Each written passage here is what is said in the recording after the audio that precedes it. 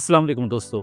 सोचिए वो हाथ जो बच्चों को प्यार से सहलाते हैं, अगर उन्हीं हाथों में बच्चों की सांसें छिन जाएं तो वो गोद जो सबसे महफूज जगह समझी जाती है, अगर वही मौत का कमरा बन जाए तो ये कहानी है दो वालिदैन की, एक माँ और एक बाप जिन्होंने अपने मासूम बच्चों को दुनिया से रुखसत कर दिया और उनके ये फैसले पूरे माशरे के लिए सवाल छोड़ गए। क्या वालिदैन अपनी ख्वाहिशात और दुखों के बोझ तले इतने अंधे हो सकते हैं कि वो अपने ही जिगर के टुकड़ों की जिंदगी छीन लें? पहली कहानी है अदीबा खालिद की। स्कूल के पोश इलाके डिफेंस में एक माँ अदीबा खालिद ने अपनी जिंदगी के दुखों और अदालत के फैसलों के बोझ तले एक ऐसा कदम उठा लिया जिसने सबको दहला दिया। अदीबा का बचपन झगड़ों और वालिदैन की अलहदगी में गुजरा। शादी के बाद शौहर का तशद्दुद और फिर जब रिश्ता टूटा तो अदालत में उसे ज़हनी मरीज़ा करार देकर बच्चों की हवालगी छीन ली गई। अदालती फैसलों के मुताबिक माँ सिर्फ हफ्ते में एक बार अपने बच्चों से मिल सकती थी, लेकिन ये मुलाकात एक जख्म थी। बच्चे बताते थे कि अब्बू ने उन्हें नौकरों के हवाले कर रखा है, जिद करने पर सख्ती होती है, डांट पड़ती है और छोटी बहन को तो अकेले ड्राइवर के साथ भेज दिया जाता है। ये सब सुनकर माँ का दिल खौफ से भर गया और फिर एक दिन उसने वो दिल दहला देने वाला फैसला कर लिया। अदीबा ने अपने बच्चों की जिंदगी का चिराग अपने हाथों से बुझा दिया और वालिदैन को वीडियो कॉल की और बच्चों की गोद में रखकर वालिदैन को वीडियो कॉल करते कहती है, मैंने इन्हें आजाद कर दिया है। ये अल्फाज नहीं थे, बल्कि एक माँ के हाथों से माँ के रिश्ते का जनाजा था। दूसरी कहानी जहाँ एक और अंदोलनाक सान्या पेश आया। यहाँ किरदार एक बाप का था। उस शख्स ने तीसरी शादी की ख्वाहिश में अपनी बीवी और अपने ही 3 मासूम बेटों को जहर दे दिया।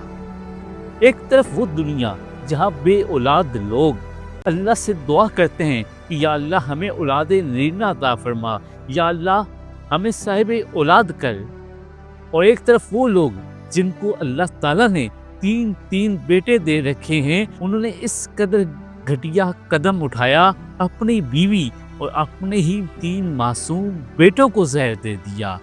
बीवी को तो उल्टियां हुई और वो बच गई, लेकिन 4 साल, 2 साल और 1 साल के 3 नन्हे फरिश्ते हमेशा के लिए खामोश हो गए। ये बच्चे इसलिए खत्म कर दिए गए क्योंकि बाप चाहता था नई शादी और पुराना खानदान उसके रास्ते की रुकावट था। एक लम्हे की हवस ने माँ की गोद उजाड़ के रख दी। लेकिन सवाल ये है, क्या ये महज एक बाप का जुर्म है या एक पूरे निजाम की बेहिसी?